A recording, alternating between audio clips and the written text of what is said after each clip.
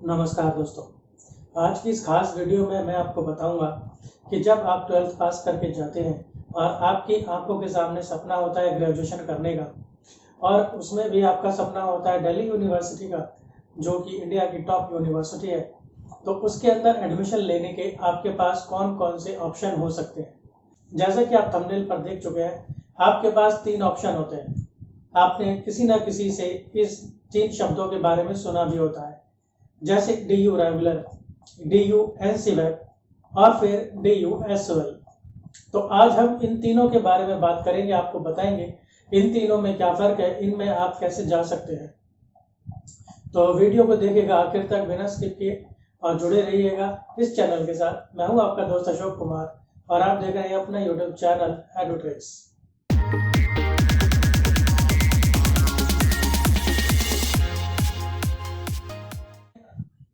दोस्तों, अगर आपने अभी तक हमारा चैनल सब्सक्राइब नहीं किया तो सब्सक्राइब कर ले, बेल आइकन को भी प्रेस कर दें, क्योंकि इससे आपको नई नई वीडियोस अपडेट्स तुरंत मिलती रहेंगी। अब आइए शुरू करते हैं। देखिए दोस्तों, सबसे पहला तो आपके पास ऑप्शन होता है DU रेगुलर का। अब ये DU रेगुलर क्या है? DU रेगुलर ये है कि यहाँ पर हर कॉलेज की कट ऑफ निकलती है। सबसे पहले तो आपको DU की मेन वेबसाइट पर जाकर अपना रजिस्ट्रेशन कराना पड़ता है और फिर सभी कॉलेजेस की कट ऑफ आती है, और उस कट ऑफ को देखते हुए, कट ऑफ का मतलब है एक पर्टिकुलर परसेंटेज की रेंज, जैसे 95 से लेकर 95.5 इस तरीके से।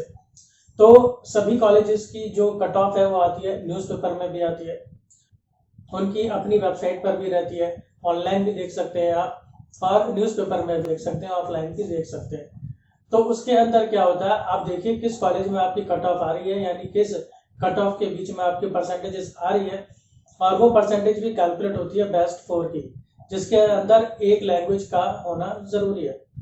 तो जिसमें आपकी आ रही है, आप उस कॉलेज के अंदर जाइए और फिर वहाँ का फॉर्म भरिए, फीस भरिए, और फिर वहाँ पर आपको एडमिशन मिल जाता है। ये जो DU रेगुलर है, रेगुलर के अंदर जैसे कि इसका नाम है, इसमें आपकी रेगुलर क्लासेस होती है मंडे टू आपके सैटरडे या फिर मंडे टू फ्राइडे, जैसे भी उस कॉलेज का सिस्टम है। क्योंकि बहुत सारे कॉलेजेस ऐसे हैं जिनके अंदर सैटरडे ऑफ ही होता है, लेकिन जो 1 to 6 डेज चलते हैं मंडे टू सैटरडे, उनके अंदर क्या होता है, किसी भी एक दिन आपको ऑफ मिल जाता है आपके टाइम टेबल के अकॉर्डिंग।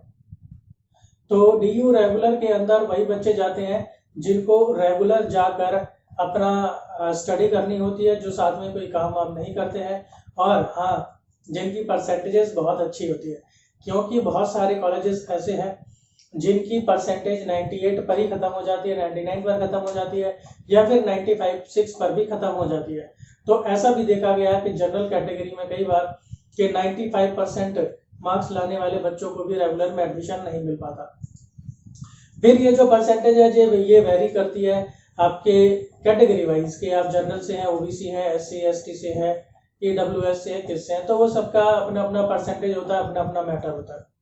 फिर इसके अंदर बहुत सारी लिस्ट निकलती है, फर्स्ट, सेकंड, थर्ड, फोर्थ, एक एक दिन के गैप में लिस्ट निकलती है, 2-2 दिन की लिस्ट होती है या 3-3 दिन की लिस्ट होती है। तो वो आपको रेगुलर वॉच करना पड़ता है कॉलेजेस की वेबसाइट को। तो ये होता है DU रेगुलर के बारे में। और जो DU रेगुलर की जो फीस होती है, तो वो आप मान लीजिए एवरेजली आपकी 7,000 रुपये फीस होती है पूरे साल की, जिसके अंदर आपको 2 सेमेस्टर मिलते हैं, यानी कि एक सेमेस्टर की फीस आपकी लगभग 3,500 रुपये करीब होती है। तो ये था कुछ ब्रीफ DU रेगुलर के बारे में। अब बात करते हैं DU NCVEP के बारे में। NCVEP है non collegiate women's education board. जैसे कि इसके नाम में वुमन आता है, तो दोस्तों ये सिर्फ और सिर्फ लड़कियों के लिए है, ये लड़कों के लिए नहीं है, इसमें लड़की एडमिशन नहीं ले सकते। NCVEP की शुरुआत जो हुई थी वो बहुत साल पहले हुई थी, और वो इस तरीके से हुई थी कि जो पेरेंट्स अपनी बच्चियों को कॉलेज नहीं भेजना चाहते पढ़ने के लिए, तो उनको अलग से पढ़ाया जाए, उनकी क्लासेस अलग से हो। लेकिन तब ऐसा कोई सिस्टम नहीं था। तो DU से कुछ कॉलेजेस से कुछ टीचर्स उन लड़कियों के घर पे जाके पढ़ाते थे। ये थी स्टार्टिंग NCVEP की, और आज NCVEP का अपना एक बहुत ही बड़ा अच्छा नाम है। और NCVEP से ये समझ लिए कि लगभग हर साल किसी ना किसी कोर्स के अंदर कोई ना कोई टॉपर जरूर निकलते हैं। जी हाँ, एनसीवैब को आप किसी भी तरीके से कम मत समझिएगा। यहाँ से भी टॉपर्स निकलते हैं और यहाँ से भी निकले हुए बच्चे किसी भी फील्ड में जा सकते हैं, कुछ भी कर सकते हैं। रेगुलर और एनसीवैब में कोई डिफरेंस नहीं है। जिस तरह से रेगुलर वालों को क्लास मिलती है एक सब्जेक्ट के लिए लगभग 75 क्लास, तो इसी तरह से जो एनसीवैब के बच्चे हैं उन्हें 42 क्लास मिलती है एक सब्जेक्ट के लिए टोटल। तो इनकी जो क्लासेस होती है वो होती है सैटरडे या फिर संडे, जैसा भी वो कॉलेज सेंटर है, संडे वाला सेंटर है या सैटरडे वाला सेंटर है। फिर जब छुट्टियां आती हैं, जब कॉलेजेस बंद होते हैं, जब छुट्टियां आती हैं 1 हफ्ते की, 4 दिन की, 5 दिन की, तब इनकी क्लास जो है वो रेगुलर होती है। तो तब इनकी रेगुलर होती है, वैसे इनकी वीकेंड पर होती है। इस तरह से पूरे साल में मिलाकर एक इनको क्लास मिलती है, 42 इनको एक सब्जेक्ट के लिए लेक्चर मिलते हैं। अब इनकी जो फीस होती है, इनकी फीस भी लगभग वही होती है जो रेगुलर वालों की होती है। अब इसमें आप एडमिशन कैसे लेते हैं? जो एनसीवैब वाले हैं तो आपको देखना पड़ता है कि एनसीवैब की साइट पे जाके कि यहाँ पर कौन कौन से कॉलेजेस हैं। I think as per my knowledge अभी तक लगभग 28 कॉलेजेस हैं और 1-2 इससे ऊपर बढ़ भी सकते हैं क्योंकि ये सेंटर्स बढ़ाने की कोशिश में है। तो लगभग 28 कॉलेजेस हैं पूरी दिल्ली में, जिसके अंदर आप लिस्ट पे जाके देख सकते हैं एनसीवैब की वेबसाइट पे कि कौन कौन से कॉलेजेस में आते हैं। फिर उस कॉलेज की वेबसाइट में जाके आप देख सकते हैं कि उसने एडमिशन के लिए क्या कट ऑफ निकाली है। एनसीवैब में भी कट ऑफ आती है एडमिशन के लिए, लेकिन यहाँ पर जो कट ऑफ होती है वो रेगुलर की कट ऑफ से कम होती है। मान लीजिए कि अगर आपके रेगुलर के अंदर कट ऑफ 90 जा रही है तो यहाँ एनसीवैब में कट ऑफ जो है वो 70s के अराउंड जाती है, 70-80% के करीब।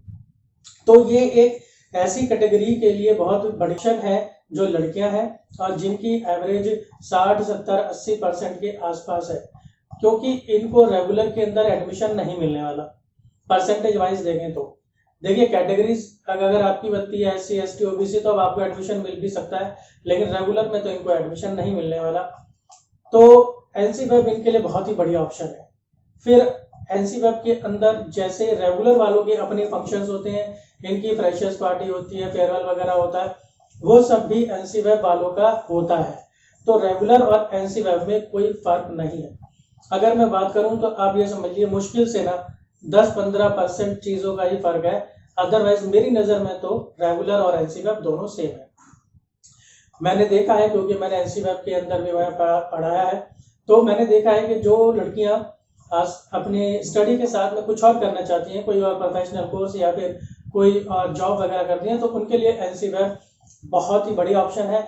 उनको रेगुलर जाने की कोई जरूरत नहीं है, वो एनसीवैब में अपना एडमिशन ले सकते हैं। यहाँ पर वो अपनी प्रॉपर क्लासेस ले, इनकी प्रॉपर क्लासेस होती हैं, बहुत अच्छी क्लासेस होती है। इनकी क्लासेस भी हो जाती हैं एकदम बढ़िया तरीके से, इनका टाइम यूटिलाइज हो जाता है, अपनी जॉब वगैरह भी आराम से कर सकते हैं। अब इसके बाद बात करते हैं जी एसओएल की। अब ये आगे लास्ट कैटेगरी है, इसके अंदर आपको कोई भी कट ऑफ नहीं होती है। एसओएल के एडमिशन थोड़ा सा लेट होते हैं। एसओएल की वेबसाइट पे जाकर देखना पड़ता है कि कब एडमिशन स्टार्ट हो रहे हैं, और फिर जो इनकी नॉर्थ कैंपस या साउथ कैंपस के अंदर जो भी इनकी बिल्डिंग है, फिर वहां से जाकर प्रोस्पेक्टस लेकर फिर इनको उसमें एडमिशन लेना पड़ता है। अब ये जो एडमिशन लेते हैं तो के अंदर कोई भी परसेंटेज का क्राइटेरिया नहीं है, आप सिर्फ 12th में पास होने चाहिए। जी हाँ, आप सिर्फ 12th में पास होने चाहिए, तो फिर आपको सोल के अंदर एडमिशन मिल जाता है। अब इनकी क्लासेस की बात करें तो इनकी जो क्लासेस होती हैं वो वीकेंड पर होती हैं, और अब तो इस तरह का सिस्टम भी बन गया है कि एनसीवैब की तरह इनकी भी छुट्टियों के समय पर क्लासेस कर दी जाती है। पिछली बार सेशन गया वो क्लासेस के पॉइंट ऑफ व्यू से भी कुछ ज़्यादा अच्छा नहीं गया, थोड़ा सा बैड एक्सपीरियंसेस रहा थोड़ा, क्योंकि इन्होंने नया सिस्टम बनाया है, सेमेस्टर हो गया एनसीवैब और रेगुलर के बच्चों के साथ साथ। अब एनसीवैब और एसओएल के अंदर भी सेमेस्टर सिस्टम हो गया है, तो उस नए सिस्टम को बनाने में थोड़ा इन्हें समय लग रहा है। तो लेकिन अब एसओएल के अंदर क्लासेस भी एकदम सही हो रही है। और अगर कोर्स की बात करें तो पहले एसओएल और एनसीवैब का कोर्स अलग होता था, यानी वो रेगुलर वालों से थोड़े कम लेवल का कोर्स पढ़ा करते थे, लेकिन अब तो एनसीवैब और एसओएल में सेम कोर्स चलता है और कॉलेज के अंदर होता है। तो ये पूरी की पूरी कोशिश की जा रही है कि जो एसवाल और एनसीवेब के बच्चे हैं उनका लेवल बढ़ाकर रेगुलर के स्टूडेंट्स के बराबर लाया जाए। तो अगर आप चाहे लड़की हो चाहे लड़के हो, एसवाल के अंदर इसका नाम होता है स्कूल ऑफ ओपन लर्निंग। तो एसवाल के अंदर कोई भी एडमिशन ले सकता है, बस वो पास होना चाहिए और उसके बाद फिर वो अपनी वीकेंड जो इनकी क्लासेस होती हैं फिर वो स्टडी कर सकते हैं। चाहे आप कहीं पर कुछ जॉब करते हैं या कोई और कोर्स कर रहे हैं या कुछ भी। मैंने बहुत सारे बच्चे एसवाल के देखे हैं जो जॉब करते हैं, बिजनेस करते हैं और या फिर कोई और प्रोफेशनल कोर्स कर रहे हैं जिसकी वजह से वो एसवाल के जाते हैं। ऐसा कुछ भी नहीं है कि जो घटिया बच्चे होते हैं, जो जिनके मार्क्स अच्छे नहीं होते हैं, सिर्फ वही एनसीवेब और एसवाल के अंदर। ऐसे बच्चे भी जिनके मार्क्स बिल्कुल कॉम्पिटिटिव होते हैं, 90s के अंदर जिनके मार्क्स होते हैं, लेकिन वो कुछ और बड़ा करना चाहते हैं, जैसे कोई CA, CS, CMA कोई प्रोफेशनल कोर्स करना चाहते हैं, तब वो रेगुलर नहीं जाना चाहते, तब एसवाल और एनसीवेब उनके लिए एक सेकंड ऑप्शन बन जाता है। तो उस तरह के भी काफ़ी बच्चे एसवाल और एनसीवेब में देखने को मिलते हैं। तो दोस्तों ये थी एक ब्रीफ डिस्क्रिप्शन रेगुलर, एनसीवेब और एसवाल के बारे में। अगर आपका कोई भी सवाल है, कोई भी डाउट है तो कमेंट बॉक्स में कर सकते हैं या फिर आप व्हाट्सएप भी कर सकते हैं। मैं पूरी कोशिश करूंगा आपकी मदद करने की। जब इनके एडमिशन स्टार्ट होंगे मैं उनसे रिलेटेड वीडियोस भी बनाऊंगा। जितना हो सके अपने सभी जो 12th के यार दोस्त हैं उन सभी को ये वीडियो आप शेयर कीजिए और जितना हो सके मैक्सिमम शेयर करने के बाद इस चैनल के साथ में बने रहिए। इसी तरह जुड़े रहिए। आपको बहुत सारी शुभकामनाएं। मिलता हूँ मैं आपसे अगली वीडियो में। धन्यवाद।